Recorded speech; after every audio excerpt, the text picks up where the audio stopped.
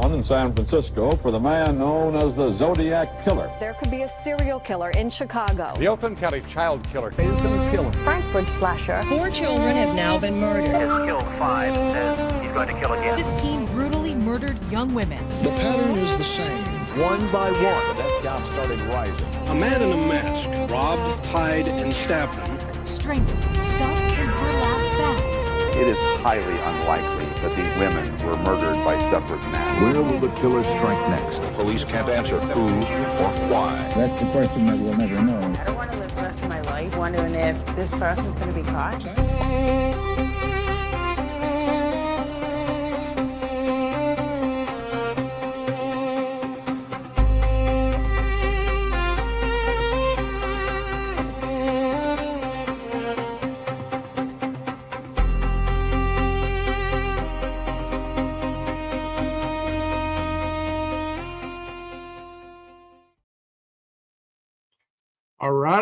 All right. How's everybody doing on this Thursday night? My name is 12 Gage, and welcome to my channel, 12 Gage Investigative Podcast, or just 12 Podcasts, whichever you prefer. You know, tonight I thought I'd get on and I'd shoot the breeze with an old friend of mine. We're going to just talk about anything and everything, whether it be, you know, that classic case she loved to talk about. But I want to talk a little bit about domestic violence because, I don't know. Let's bring her up and then we'll get to that point. What's going on? Hello, stranger. What is up? I guess I would be the stranger, not you, since I'm the one that's been MIA. Yeah, I haven't seen you around. What you been doing? Well, let's see. In 2 weeks, I have taken a trip to Texas, a trip from Texas, a trip back to Texas, and a trip back to Texas, and a trip back home. Wow. What part of Texas? Round Rock. Oh, that's a hell of a drive. It's right outside Austin. I know. I have family that live there. Yeah. Right there in Round Rock. I did not realize that's a big little city. That's a hell of a drive. Well, it was 765 miles one way. Is my mic plugged in? Can you hear me clearly? I can hear you. Can you hear me? Yeah. How about now? I can hear you. All right, cool. So, what do you know about what's going on in the world of, investigative things going on in the true crime community? Oh, it would be about that. It would be about that case that we gave up on a long time ago. Well, what's going on with it? Well, I mean, the new book came out. Is the new book? Well, let me. I don't really understand because some people are saying they're reading it online. Some people are saying that it's available at Barnes and Noble. But Amazon is saying that they can't send it out until the 29th. And Audible is saying that you can't listen to it on Audible until the 28th. So I don't know if the book's out or not. But anyway, the author of the book is out. Yeah, I was wondering about that because, I didn't think the book was out yet. Right. But see, Devil's Advocate, he had the agreement that he would be the first interview. So from what I understand, it was supposed to be next week when the book came out, and something happened, and the publishers was like, Barnes and Noble is selling the book, so go ahead and feel free to put your interview out. So that's how Barnes and Noble got involved. Well, then other creators are talking about how they've already read the book. So I don't know. I don't know. There's if you go on Amazon, Amazon, you can read like a sample of it, but it's just like the first couple of pages. There's not a lot. So I don't know. There's there's a lot of things that he says that can cause you to say hum. And then there's a lot of things that he says that is like, have you looked at the same documents that we've looked at for 3 years? I mean, so it sort of makes me, and I guess that's the reason I've been watching the interviews, is because even though I have my opinion of the case, I'm always open to what others say about it. You know what I'm saying? Right. As long as it's logical and not too much nonsense. Well, I can't listen to some of the craziness. I know one of the things that I've heard is this author was claiming that the knife sheath was on the floor. Yes, and see, that was really confusing to me because, okay, in Birdie's interview last night, that's where I first heard it, was that it was on the floor. It was on the floor, number 3, victim. But anyway, the way that he said it, it was like it could be floor number 3. You know what I'm saying? And that it could be misinterpreted. And so he says that he has seen unredacted police body cam of Nunez walking into the room, walking up to the head of the bed, looking at the victims, looking down at the floor, and that the picture of the knife sheath is after the bodies are removed and after all the covers are removed. Okay? Well, then I was watching another creator and they showed the same picture, and she's like, there is the top of Maddie's leg right there. Because, it talks about Maddie's leg being out from under the cover at the bottom. And so she's like, right there's a knife sheath, right there's Maddie's leg. And see, he had the same redactions and everything, but the way his looks is it looks like it's a bare mattress where the bodies have been removed, where the other creator is like, she's got a picture of, it shows like the skin of a leg. Well, let me ask you a question though before we go on. Does this amount to a price of tea in China? I mean, see, to me, it doesn't, because, okay, number one, what people need to realize is that when he took that plea deal did away with everything. AR did a hell of a live last night. I heard him talking about that. And I wanted to give him props on that because he was right on what you're about to say. He was right. Is that what you were going to say? Well, I mean, yeah. I mean, I hadn't seen AR's yet. Is that the one he did about the, the one that I sent you?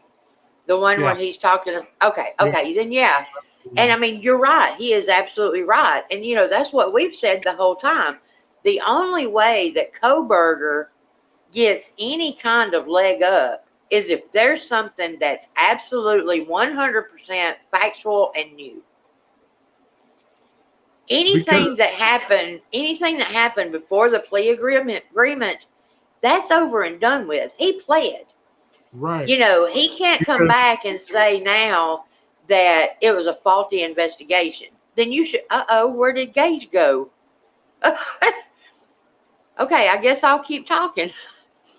But he can't come back now and say it was a faulty investigation, because if that's the case, then you shouldn't have took a plea deal. You can't come back now and say that you didn't have, good counsel, because if that was the case, you shouldn't have took the plea deal. And it's just like AR said in that video, all that is negated now. It's gone. It's done with. So that's 100% all of this that's being discussed now is these people trying to hold on to something, saying that he had and where did this come from? That he has until a year from now to file some kind of appeal or something. Where did that come from, Gage? I don't know. I understood it at 45 days after. Yeah, 45 days, it was over. That's what I understood it. But they're saying now that he has until August to file this. I forgot what they call it, but it's some kind of appeal, you know. And that if they can get everything put together before August, then he can file it, you know. And I'm like, what planet are y'all from? Well, you know, I work with the courts and stuff, and I see paperwork every day from the lawyer's office to my desk to, you know, all that. I can tell you that if something was in the works, it would already be in the works. Right. You never wait till the very end. What's that noise? You never wait till the very end to push this paperwork. You have to make sure so many people, it comes across so many people's desks so they can look at it, they can sign off on it, all this stuff. But I mean, I'm gonna pray they are. I you know, if he watches, when he was saying, and I've said this before myself, but I didn't say it the way he did. You know, he said, whenever you plea, you lose your right. Right. You plea, you go into prison. You go into prison with a man with no rights. They don't care about you. They don't care about whether you're going to file a appeal or whatever.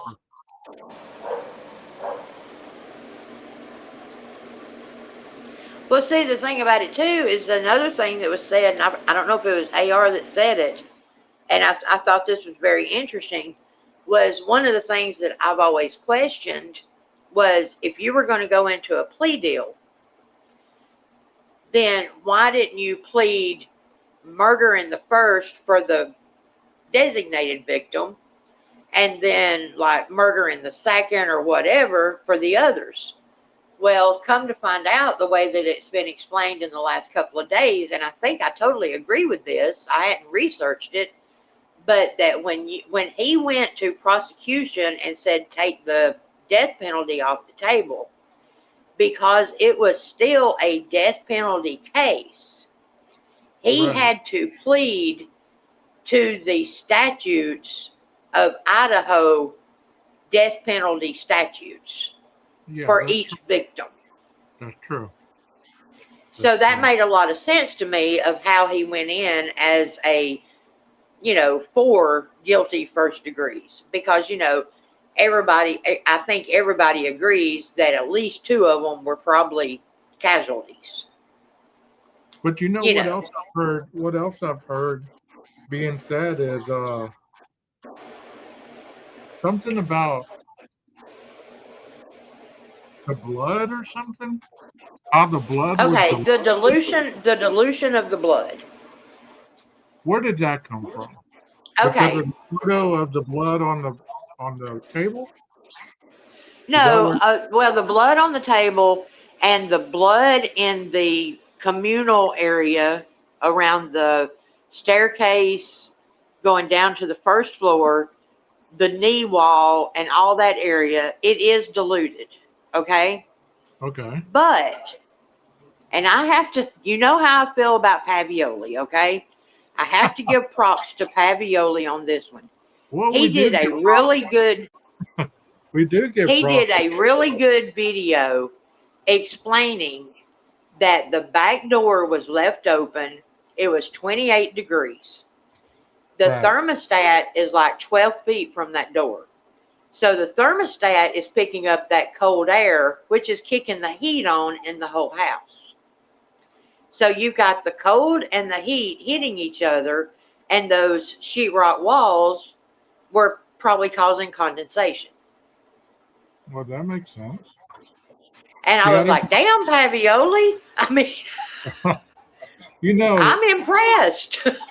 I'm with you. I'm not one of those that everything somebody says, I disagree with it, because there's some things that really, they make you go, you know what I mean? There's a lot. Doesn't necessarily mean that it's correct or incorrect. I'm open-minded to a lot of things. It's just the way that people come across to you. If they're wanting a conversation, let's have a conversation. Right. I mean, But I admit, like, some of the diluted blood on the other side of the knee wall is Ethan's. Explain to me how that got there. Well, the killer did come back out of the room, Nina. Well, what did he do? Shake the knife? You don't think he was moving? I mean, we're talking about on the other side of the knee wall, on the other side of the stairs. You see what I'm saying? I talked to Jeff about this because none of that made sense to me. This is what I told Jeff. I said, I believe that Koberger stripped down out of whatever clothes he had on. Amen. In Xana's room. And he was probably carrying a trash bag, a duffel bag, whatever, with the knife sticking out of it. I sent you that picture.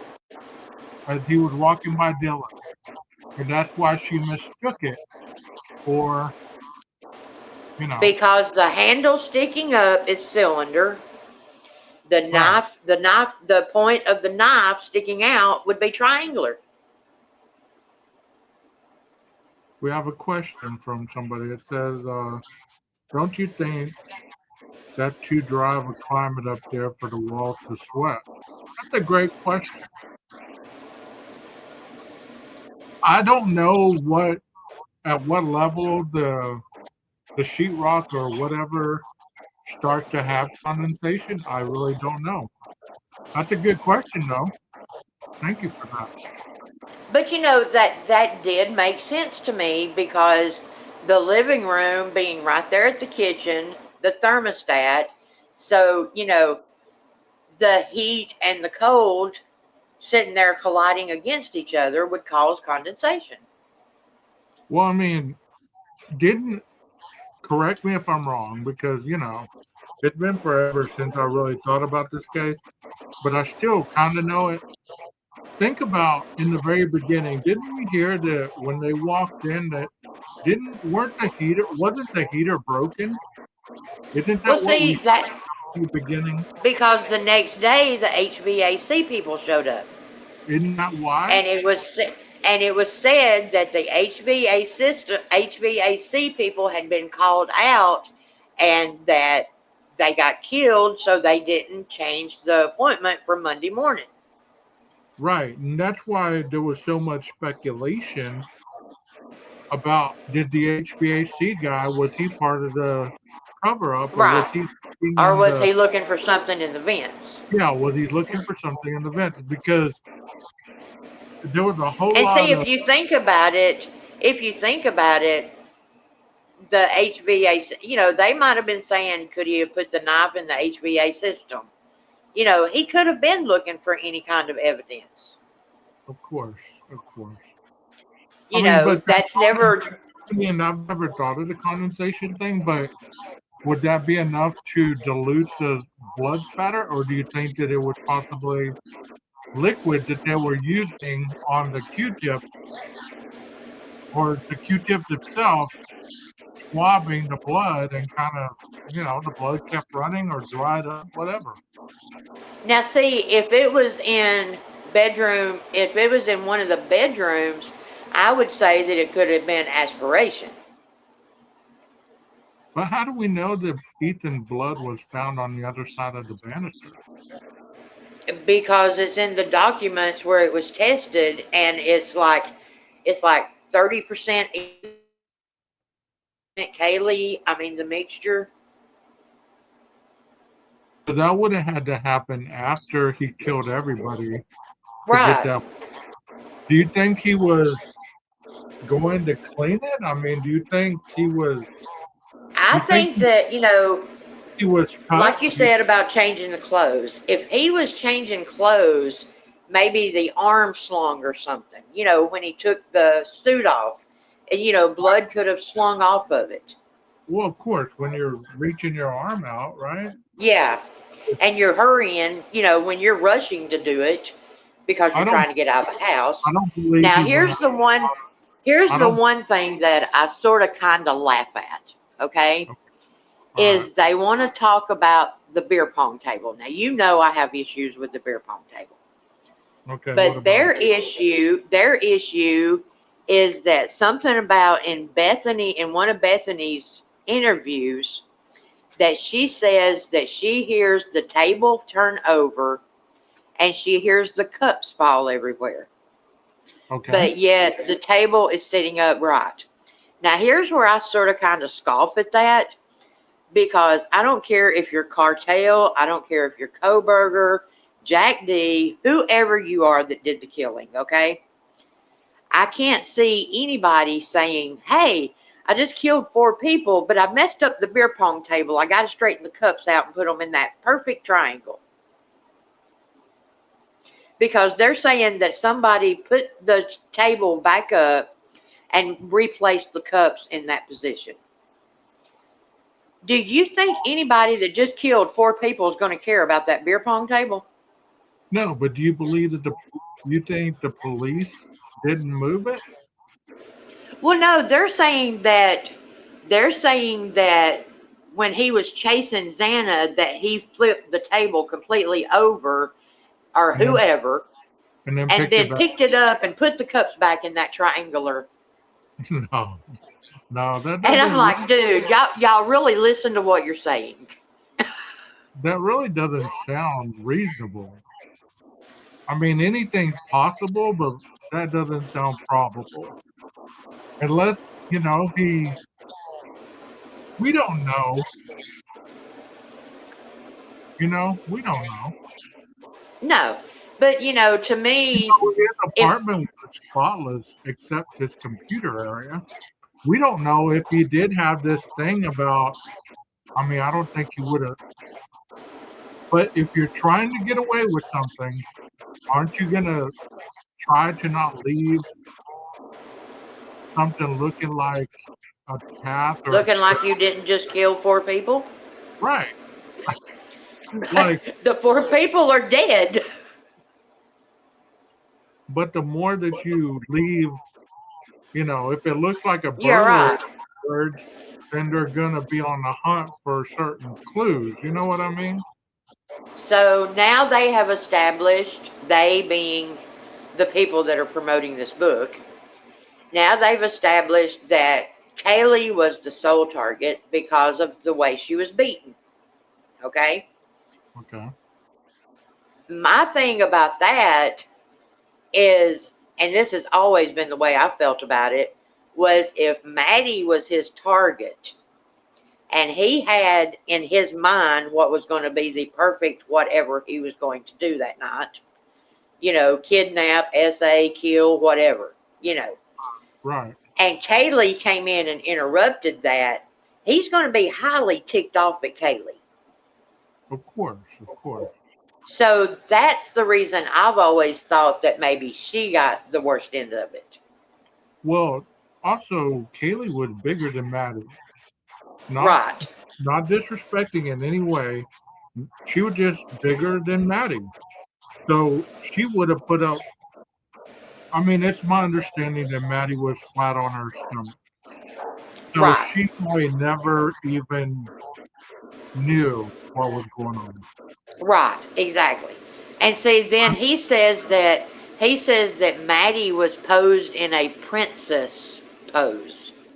Okay, here's my thing. This man has never shown proof of anything. A princess pose. Said that his exact words. What's a Maddie, princess?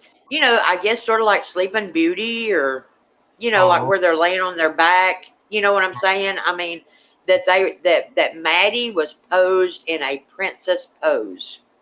And to answer the question down there about documents, no.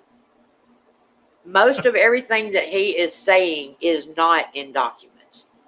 What he is saying is stuff that he has seen that he claims is unredacted He claims that he has seen all the body cam footage that is unredacted. He has seen the bodies. He has seen the carnage.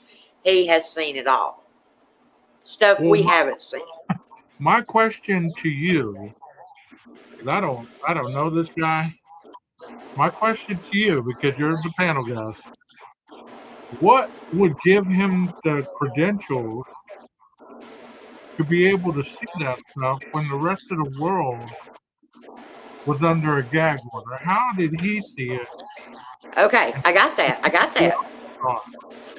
Okay, so he's ex-FBI, right? An ex-FBI guy that is peripherally, this was his words, so I'm not making anything up, peripherally working on the Idaho 4.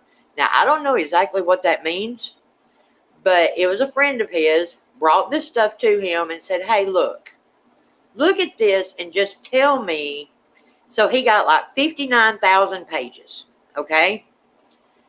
And then Dr. Brent Turvey, which was the forensics for defense, gave him a lot. And supposedly all this happened after the plea deal, which made it totally legal because the gag order was lifted. Okay. And then there's another one that gave him something.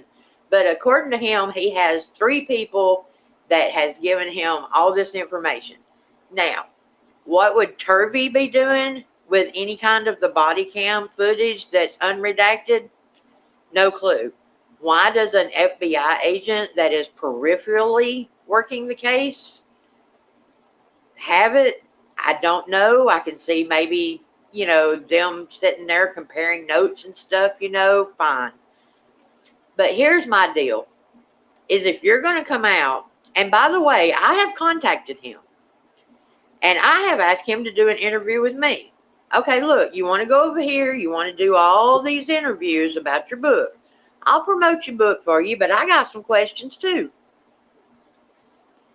And number one is, okay, I know about the lawsuit that you can't show me body cam footage of the bodies and stuff like that. But by God, you can show me that body cam footage of that she's being in the floor. You see what I'm saying? I just heard him talking about the front door being open. Yes, it was supposedly somebody walked. See, I knew about the guy that walked the dog once. Yeah, we heard that at the very beginning, 8:30. He walked by. He says that there's 2 witnesses. How's that possible? He says there's 2 different witnesses that says that, where is it? Show me the document. Yeah. And I'm not saying this man's lying, okay? No disrespect to him. I'm not saying that either, because there was word of somebody walking their dog at 8:30 in the morning, and that front door was wide open. Supposedly, right? He saw it, But here's my deal: is if you are going to come out of nowhere, and you're going to come into the true crime community that has researched this case for over 3 years, and you're going to come in and tell us that you've seen all this stuff that people are paying good money for FOIA requests. You know what I'm saying? I mean, these are tax-paying citizens that are legally going through all the legal stuff they need to go through, paying their money to get FOIA requests. And you're just going to come in here and say that it was just given to you in your lap? Right. I mean, and we're supposed to say, but Mr. Whitcomb said, well, Mr. Whitcomb can say anything he wants to say. I can say that I am the state of Alabama beauty queen. Well, haven't we always, as long as I can remember, we have always said, bring the receipt. Yes. If you're going to say something, make sure it's provable. Make sure you have something to back it up. That's why. And don't get me wrong, I know that right now that side of the fence is jumping for joy because it is the first time that a book has been out that has called into question some of the stuff they've been questioning. But if they will sit and listen to him, he says, I am not saying that he's guilty or innocent. He is an adult. He is very educated. He had good attorneys, and he pled guilty. You know, also saw today somewhere, I think in a Facebook group, where they were saying that the prosecution didn't approach him, that Brian approached them. Yes, that is proven. I've known that forever. It is proven that Brian went to defense and said, I'm pleading guilty. And they called prosecution and said, we want to take a plea. Right. And that Bill Thompson said, the only thing I'll give you is murder times 4, burglary, no appeals. You give up every right and you go to prison for the rest of your life. And he said, okay, I plead. And there's another thing. I mean, I keep talking about AR because I really like that video he did last night. He's really on a different plane right now. You know, I'm liking his videos. His videos are excellent. Yeah, it's different. I like that. But last night he was saying, you know, Brian is not screaming from the rooftops, you know, for a new trial. He's not. There's not a specialized trial going on. There's not a specialized investigation. None of that. No, he's really putting it out there. I mean, he's really like, if you believe this, you're gonna be hurt. You're fixing to be butthurt, you know, because it's not happening. Well, I mean, the only thing that's really gonna manifest in people's minds is time. There's people that still believe Casey Anthony's innocent. Oh yeah. There's still people that believe. When's that interview? What? When's Casey Anthony's video interview? I don't know. Oh man, we ain't got in touch with her yet. No, not yet. I'm trying. I got too many irons in the fire right now. I have a lot of feelers out there, you know, that I'm trying to get people to come on the panel. Gonna have a special guest. You got it. Do you have any coming up? Yeah, I have somebody coming on Tuesday night. She's been up here before. I don't want to ruin what I'm doing this weekend, so don't talk about it. I'm not. But that's what we're going to talk about on Tuesday, because that is a cold case, pretty much. And you know you're going to have to ask her about this book. Well, I already did. I don't think she wants to talk about it. Oh. I mean, I don't know. I mean, you can be on the panel and you can ask her, but whether she decides to answer or not, that's on her. You know what I mean? But you know, of all the books that I've read, because I read a couple on my channel. Right. One Night in Idaho said so much more than any of the other books. And that was the first And you know one. What's funny about One Night in Idaho is, you know, if I'm not mistaken, that was the first one, right? Yeah. And it's not by Bloom. It's not by, you know, it's by the guy that actually lived in Idaho. Yeah. You know, and the thing about it is, you know, when he wrote that book, there was hardly any information out. I know. And he gets it. His book gets it better than the ones that came out after some of the stuff had been leaked and everything. And I don't know, is the video you're talking about with AR, is that the same one where he's talking about what's the difference in the leaks that this guy's talking about and the leaks from Dateline? Yeah. Okay. And here's the thing about it is, I was watching it's something Queens, but he did an interview with them, and he's like, well, the leak from 2020, and it was 2020, and I'm like, dude, it wasn't even 2020, it was Dateline.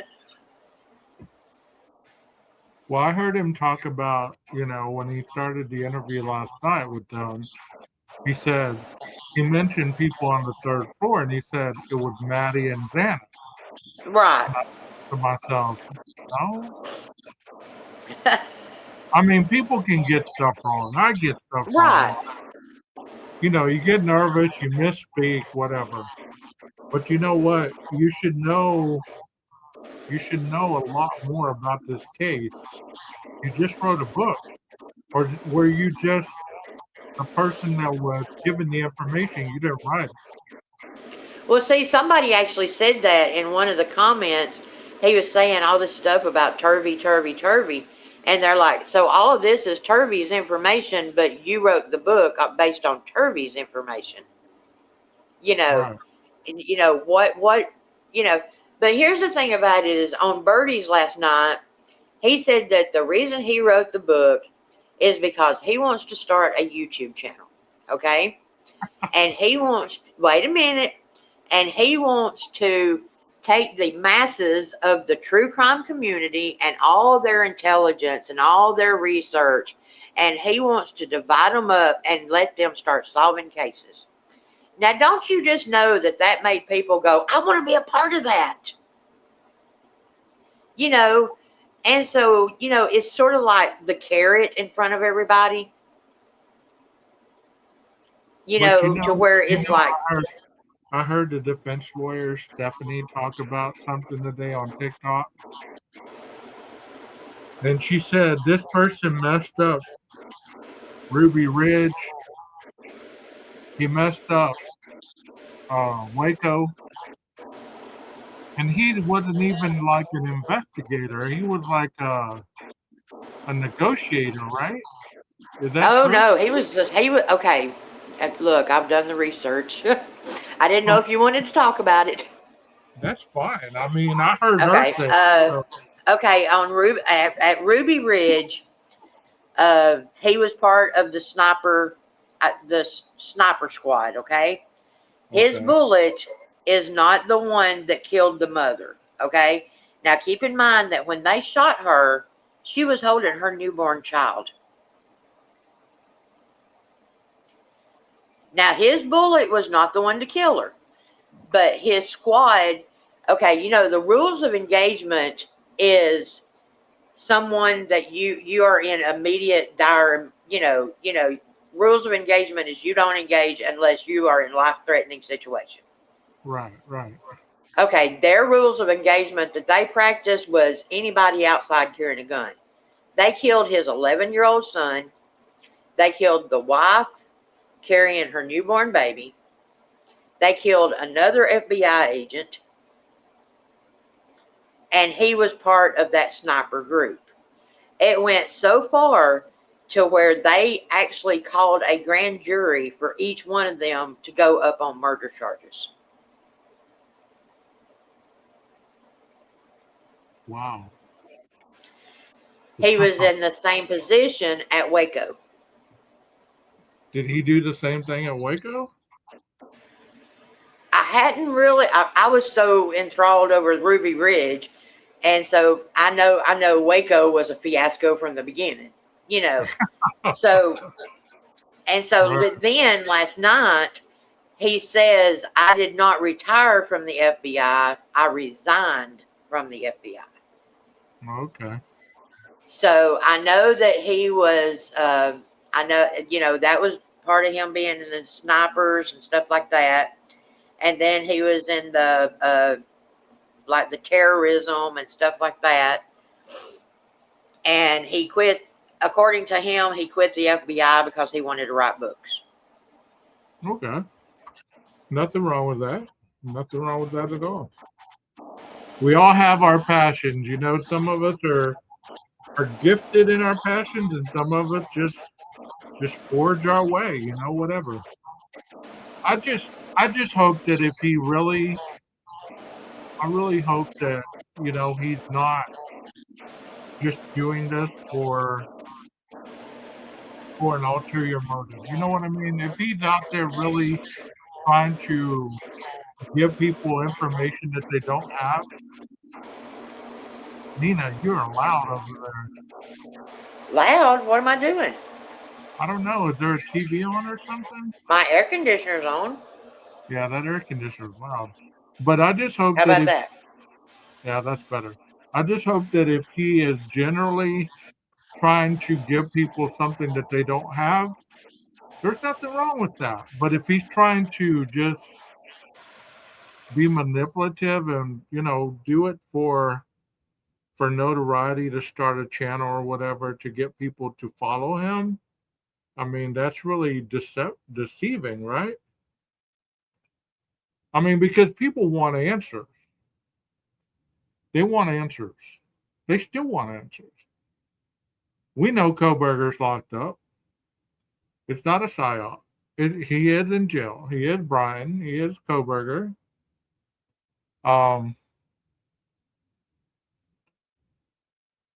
I just hope that whatever this book is about, that it gives people the answer that they need for themselves.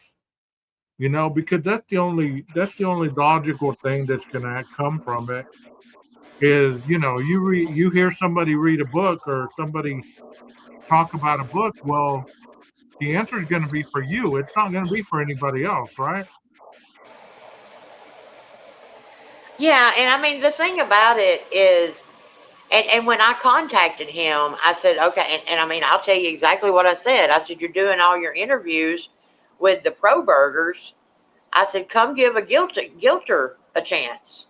Guilters have questions too. If you can answer some of my questions, here's a list of 10 of them, and I gave him a list of 10 of the few questions I have that I need some explanation on, and, you care to share any of those questions?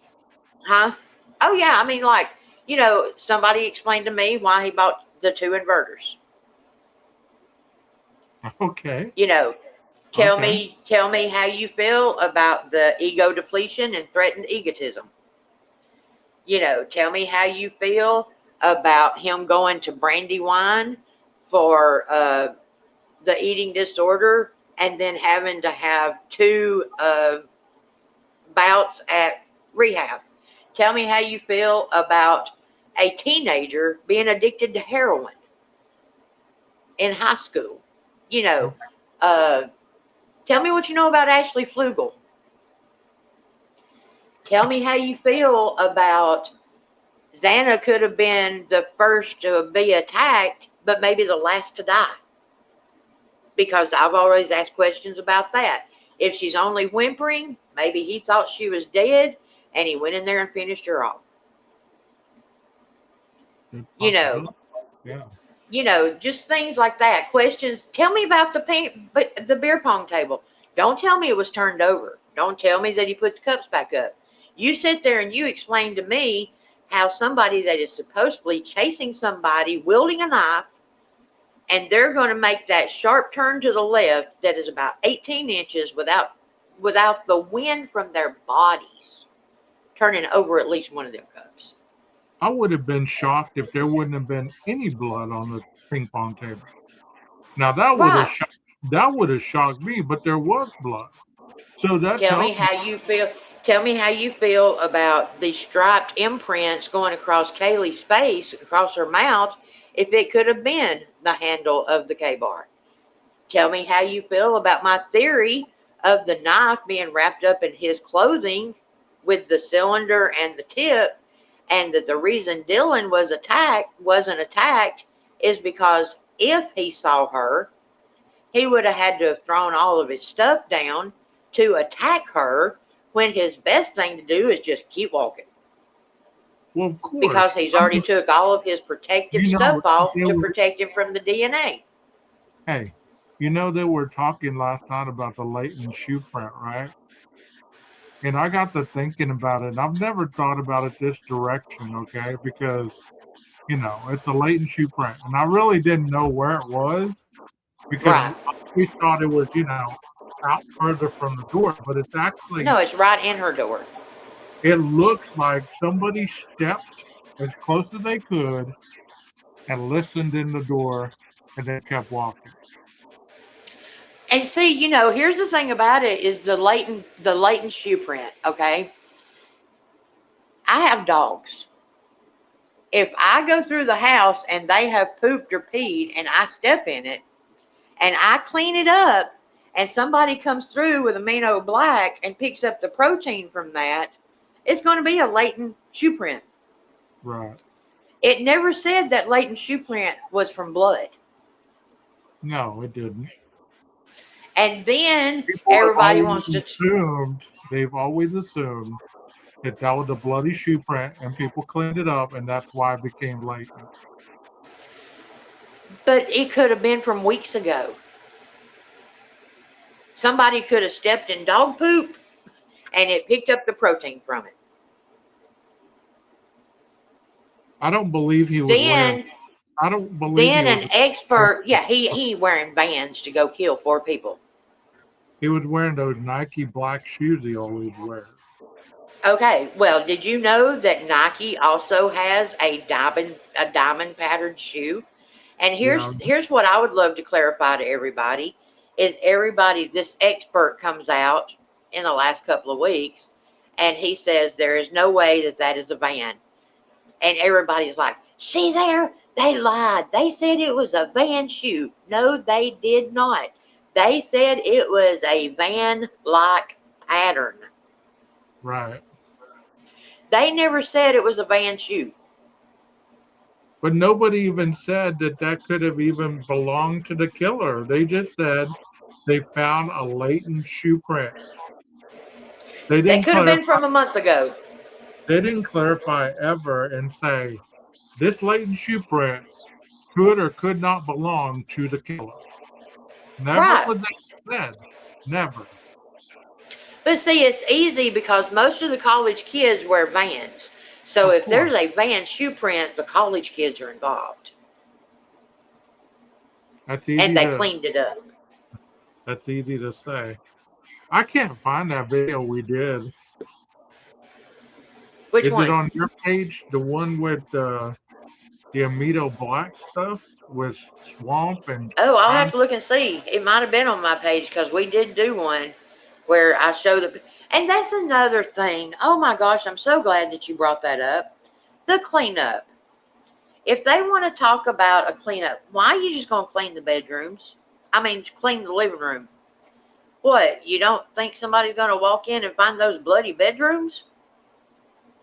I mean, and the thing about a cleanup, come on, you've seen the pictures that I shared, the before and after, where it looks spotless, and then they put the light on there, and it lights up like a Christmas tree. People don't want to see that, though. They don't want to. And I mean, it's so much that, like, if you use a rag, it has the rag where you drag the rag across you can tell where the swirls, if you go sideways to clean it up, or if you use the wax on, wax off technique, You need to find that video if you have it. I can't find it. Okay. In my life. Yeah. Well, I put a lot of mine on private, so that may be one that I hadn't put on public yet. But I'm going through there. I mean, I've got so many videos, and I'm trying to go through there and put them back on public, Yeah. Well, let's shift gears a little bit, okay? Yeah, let's shift. Because I probably ruined my chances.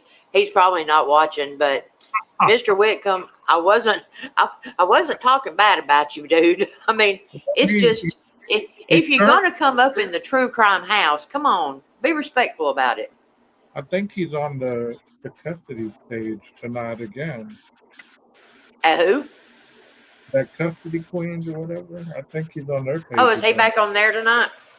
I guess so. I don't know. But I want to talk to you, Nina, about domestic violence. Okay. not necessarily to you, but you have an understanding of how domestic violence can turn violent, even to the point of potentially murder. We've Yes. seen it more than once. Yes. I have been stabbed. So, what do you believe it takes for someone to get that point? Well, for me, and a lot of people don't understand this when I say this, I had to learn that I had to take my responsibility in the role of my domestic violence. Okay. Because I learned that after a beating, the I'm sorry's and the profuse I love yous and send me flowers, and it would get, you know what I'm saying? It was like, if you beat me, you're going to love me because you got to make up with me. You know what I'm saying? So it gave me a sense of being loved in a wrong way. Okay. I mean, You don't and always have to be hit to be no, let me tell you, right. sometimes things that are said to you hurt work. Sometimes I would have rather had a black eye or something than heard some of the things I heard. That's my point. Is sometimes it's not always physical. Sometimes it is. No. The cycle, I mean, I'll be honest with you, the emotional abuse to me is 10 times worse than the physical.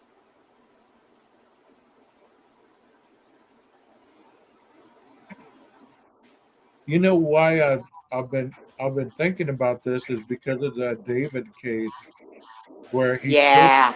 a young girl because um,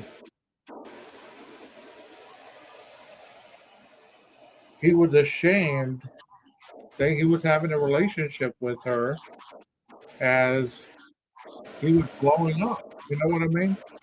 Right. Right. And I think a lot of times the abusers, it's sort of like, most serial killers come from a bad home.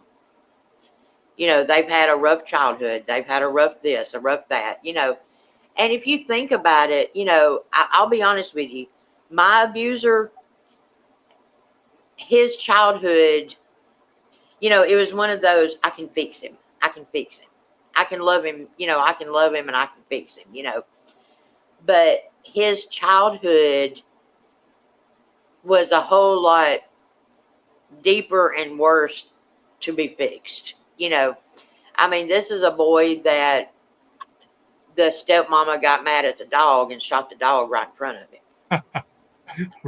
I mean, that kind of, you know, I mean, and so just as I say that we teach people how to treat us, as kids, we learn from the people that raise us how to treat others. Well, of course, of course. And And so, you I tend don't want to to say, levitate, you tend to levitate towards people that you feel comfortable with. If you were raised in an abusive home, you're probably going to be levitating towards somebody who's a caretaker. right. And I mean, I think, a lot of times I didn't realize that the people I was getting with was the people that would treat me the way I felt about myself, if that makes any kind of sense. Kinda. You know, if I didn't want to be with somebody that would treat me like a good, decent person because that's not how I felt about myself. I was with people that treated me the way I felt about me, the way I felt I deserved to be treated. That is the hardest thing to do, Nina, is to get to that point of self-care, self-love. Yeah, I mean, and it took a long time hell, I'll be honest with you, I didn't have self-validation until I took my trip out west. That's when I started validating my own self. You know, I didn't need YouTube to validate me. I didn't need TikTok to validate me. That's when I learned to validate me. And now I can come on here, and if I say something you don't like, I'm sorry. We'll go kick rocks together. I mean, you know, everybody pretty much knows what domestic violence and abuse is. I always like to leave with a solution in the areas that we talk about, because that is more powerful than sitting there discussing the negative part of the situation. What are some things that people could do to get out of those positions if they're willing to change? Number one, they got to work on the codependency of it. Because the codependency is what keeps them going back. Okay. You know, I mean, and the, you know, what if there's a tomorrow? What if they love me tomorrow? You know, I mean, and a lot of times, you know, I don't want to say that a lot of, yeah, I will say there's a lot of times that probably like, what is it, Stockholm's? That there's a little bit of that. That's just what they're used to. That's just what they think life is. You know what I'm saying? People don't understand that. They don't understand that. You're saying it like it's normal, but people don't understand. How could somebody feel that low about themselves? Especially when they're strong, passionate, motivated people. How do they allow other people to hurt them? Okay, good question. The way that you know me, you're the one that gave me the title warning label, okay? Yeah. Could you ever imagine me cowered down in a corner, just covering my head so that you don't get my face, you know, and just taking it? Not really. I mean, I'm sure everybody's capable of being at that position in life, but I mean, based on the way you talk, no. I mean, me being that meek, that self, you know, No. to where, I mean, my son he was 12 months old when I left. And that 12 months of his life, he spent probably 7 months in the bed with me just so I could say, David's in the bed and there ain't no room for you. You know what I'm saying? Right. To where I was using my baby in the bed with me to keep him from sleeping in the same bed, you know. And when you hear, okay, from childhood, you know my childhood, from childhood you hear what a POS you are, okay? Then you get with your abuser, and instead of, you know, you hear fat ass, you hear nobody will ever have you, nobody will ever, you know, and all that gets in your head to where it just weighs you down and it weighs you down and it weighs you down to where you start believing it. Well, You know? it's a self-fulfilling prophecy. You know, you get called something enough, you start believing it. Like you Exactly. start believing it, you start acting like it. All You the know, above. when I went through my domestic violence was in the 80s. It was during the burning bed days with Farrah Fawcett and stuff, you know. I mean, back in the 80s, domestic violence wasn't as recognized, and as, you know, back then it was, what did you do to make him hit you? You know what I'm saying? Yeah. You know, or it wasn't necessarily come and arrest the abuser. It was, what did I do to get the abuse? Right. You see what I'm saying? And so now, you know, you gaslighting and stuff like that stuff wasn't explained back then. You know, to where, you know, I mean, gaslighting's only, I mean, I know it's been around forever, but, you know, the way that domestic violence is acknowledged now and recognized, people see the signs of it. They recognize if they're around a woman or male, female, a male, female, whatever, the abused person, they start recognizing signs of it now. You know, back then it wasn't like that. And No. Oftentimes the woman was blamed. yeah, exactly. I mean, that was it. You know, it was like, well, what did you do to get hit? You know, Why'd you piss him off? why'd why'd you piss him off? Why'd you push him that hard? You know, you Yeah, should have just kept your mouth shut. Why can't you just be quiet? Yeah, exactly. And so I'm really glad that today there is more recognition, more education, more, you know. I'll be honest with you. I just drove to pick my daughter up and bring her back to Alabama to me from a bad relationship. And yesterday I took her back. You know, but it's just, and I hate to put it this way, but somebody that is in a DV relationship, I sort of categorize it like addiction, because I can't help my daughter until she's ready to be helped. Because, you know, we've talked about this before. Many times the victim thinks in their mind, like you just said a while ago, I can change them, I can help them. They've seen their wrong, Right, they'll change. right.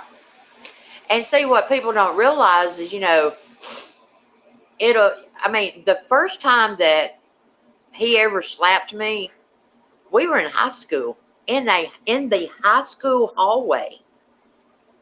The first time he ever slapped me was in high school, before we ever got married or anything. And now I would tell anybody with that first slap, run as fast as you can. No, I was just like, oh well, you know, I pissed him off, I embarrassed him because I said something to him in the hallway, you know, or something like that, you know. And so, you know, you go from a slap, and then you go to pulling the hair and a slap, and then it goes from pulling the hair to a slap to a choke. Then all of a sudden, here comes the closed fist, you know. And what people don't realize is it just escalates. It doesn't get better, it gets worse. Of course, of course. I hope that people know that there are services around the U.S. that you can, for dealing with any of this. Be sure that you reach out and seek help. Whatever state you're in, whatever town you're in, reach out. Get yourself And some. yes, and if you don't know who to call 211. Every state has 211. Call 211, say, I am in a DV situation. I need shelter. I need guidance. I need something. And they have all the resources, phone numbers, everything. And you know something else? When someone's in a state of emergency like that, most of the time they think they need to solve everything all at once. They need to fix the relationship. They need to fix the person. They need to fix themselves. You know what? Give yourself some time. Give yourself some time. You don't have to fix everything overnight. You don't have to No, make but you gotta be alive to fix it. right. You don't have to make those tough decisions in the flight or fight moment. Give Right. yourself some time to clear your head where you can think rationally and think about yourself. What direction are you going to take? Where are you going to go from here? Right. And if you decide to go back, that's no knock against you. You are who you are. Nobody knows this person better than you. So, you know, don't let others sway you into leaving.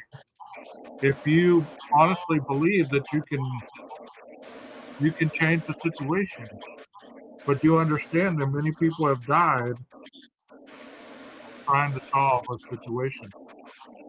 Another reason I wanted to talk about this is because there was a domestic situation in Louisiana the other day where a man was fighting with, I don't even know if it was his wife or significant other. He shot 7 of the kids and one of their friends and killed them all. Oh my God. To get back at the wife. Yeah.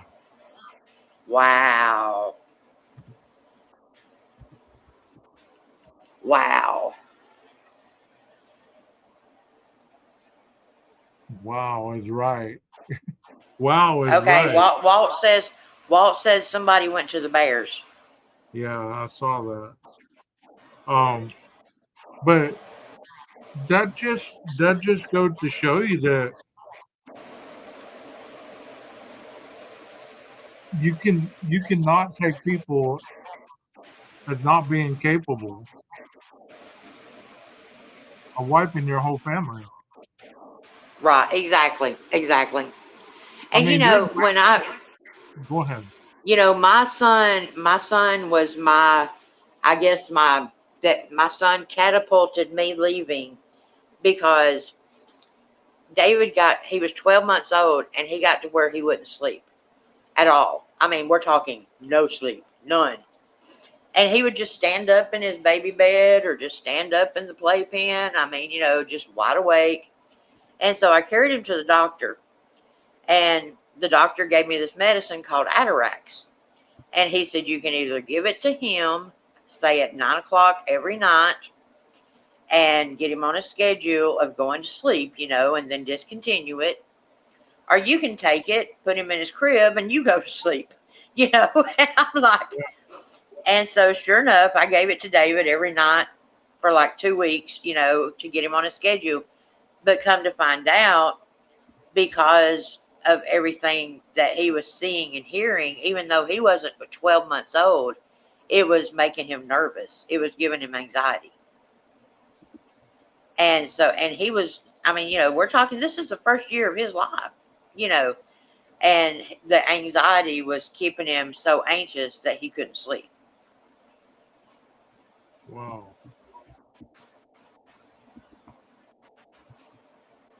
You're froze. Really? Yes. That's crap. Okay, you're unfroze now.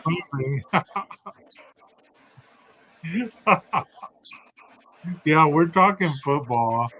The NFL draft is going on, and I forgot all about it. And Walt is keeping me updated. So, Nina, has there been anything happy going on in your life? Lord, let me tell you, my life is the best my life has ever been. Let me tell you, let's see, from February till now, that's what, March, April, 2 months.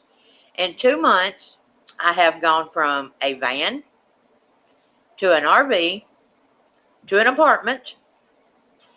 I have gone from a van to a new Ford C-Max Energy hybrid car. Marty's surgeries they're all over. She's walking on a cane now. She's progressing wonderfully. I have no complaints about my life at all. That's the way to be. The only complaint that I have, I was doing my side hustle a while ago, right? I got an order from Dollar General. 10 items. I'm rushing through there. I lose internet. Oh my God, that happens to me all the time. Reboot my phone. All right, finally get it rebooted. The last item was a 32-pack of water. The son of a gun wanted 6 of them. 6. Oh! I almost canceled the order right there. I got to figure out how to cancel orders on DoorDash. Almost canceled it right there, left the cart. I was pissed off because I was doing all that for $5. Then get this. Not only was there 6 of them, they lived on the second floor of an apartment complex, 2 flights of stairs, plus a steep embankment. No way. Yeah. So I'm sitting there carrying 2 things of water like this, up 2 flights of stairs. You think the water didn't break? I tried. I did my best. Wow. So I'm pretty wore out. I'm pretty wore out. It's not tires like you had to do, but hey, 632 case of water is pretty damn heavy after a while. The other day I had 2 radiators and a radiator cap. Jesus. Yep, picked up at 1-800-RADIATOR. I have never picked up a damn part like that. The only thing I've ever picked up is a piece of tubing from the hardware store. That's about it. I've never picked up anything else like that. I don't even spark anymore. That just annoyed the hell out of me. I went to Home Depot the other day to pick up an order, and luckily, it was one that had already been shopped. And the woman said, "Okay, before we go through all this, are 5 doors going to fit in your vehicle?" What? No, I have a Ford C-Max. Never mind, I'm canceling that order. What was it? 4 doors, like house doors. Oh, Jesus. Yeah. And see, the top of the car is glass, so I couldn't even strap them to the top of the car. You might need because a little trailer hitch and a trailer. But I was like, who orders doors from DoorDash? But hey, let me tell you, we picked up the other day at this place called DoorDash Mart. So I walk in the door. It's this, oh, thank you. Hey, I bet that's quieter. I'm already turned the air conditioner off. So anyway, I walk in the door of this building, and the only thing is a regular door, and then like a drive-through window with foil on the windows, so you can't see back there. And so I'm like, okay, this is a little shady. I mean, and it's called DoorDash Mart. And so here they come out with the order, and they give me this code, and they put it in my butt, and they give it to me and everything. It's so sealed up tight that I have no idea what's in the bags. I don't know what I delivered. Nothing. I mean, I could have been delivering 10 kilos of cocaine, and I would have never known it. You know what? I wonder the same thing sometimes. I'm like, everything's sealed up. You don't know what you're delivering. You don't see them cooking it, putting it in the bag most of the time. Yeah, I mean, that I said, okay, I'm going to deliver it. Don't know what it is, none of my business, but the name of the place was DoorDash Mart. And it had the DoorDash symbol. I've never heard of that shit in my life. Me either. That is crazy. Did you see my little short story that I did called The Last Delivery? No. It's on TikTok. It's about a DoorDash driver that goes missing. Oh my gosh. No, I did not. Yeah, I put it on here too. If y'all haven't seen it, that's what the last delivery is about, a DoorDash driver that goes missing. It's a little short story. Oh man, you need to do a story on that. It's on my channel. I mean, people can go and find it. It's on my Facebook. Oh, I mean, not a short, like a story.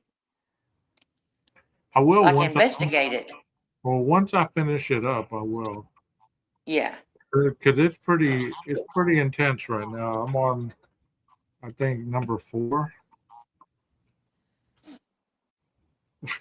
Okay, well, I've either got to hang up or you got to give me a little bit because my dog just puked everywhere. Well, I'm getting off here because I've had enough. You guys, thank you so much for joining us tonight. I'm 12 Gage, and this is Nina. Sorry. Well, anything you want to say to the chat? Y'all just keep watching because, Gage, I have been so impressed with the new way you're doing things. I mean, I love it. You can just kick back, have a conversation, and I really do like it. Be sure to tune in on Tuesday night at 8:30. We're going to have a very special guest. Nina might drop by, but this special guest is going to be talking Nina's definitely going to be there.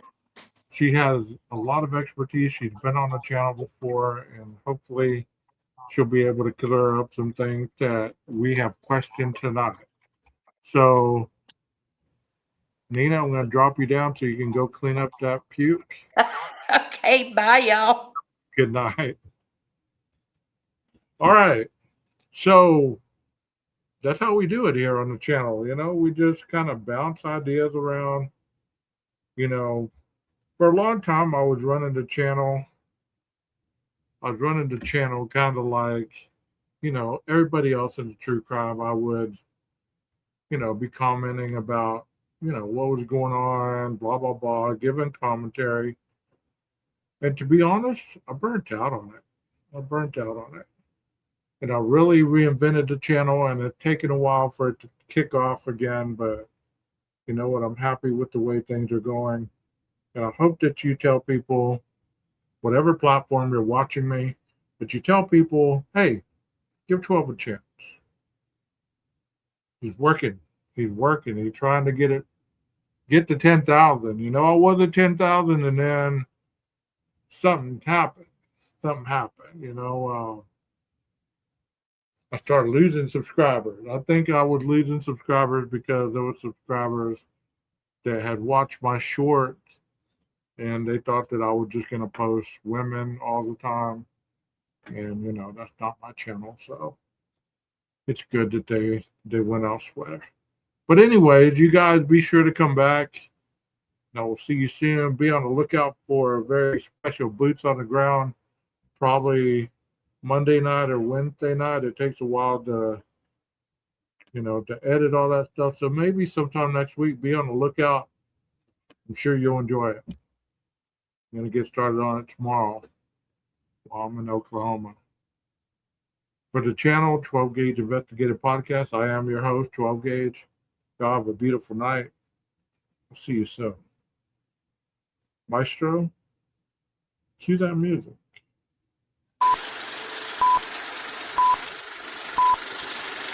Ready, set, go! Gage Investigating, the best true crime channel out there. I'm a true crime channel. 12 Gage Investigators is the best. 12 Gage Investigators, the best. 12 Gage Investigators, he's the best. Prince George's County 911 Center. What is the location of the emergency? Across 4709 40th Avenue. You say it's a fire, and it's catching fast. 4709? Yeah, 4709. Okay, what city is that, ma'am? Hyattsville, sorry. And what's your name?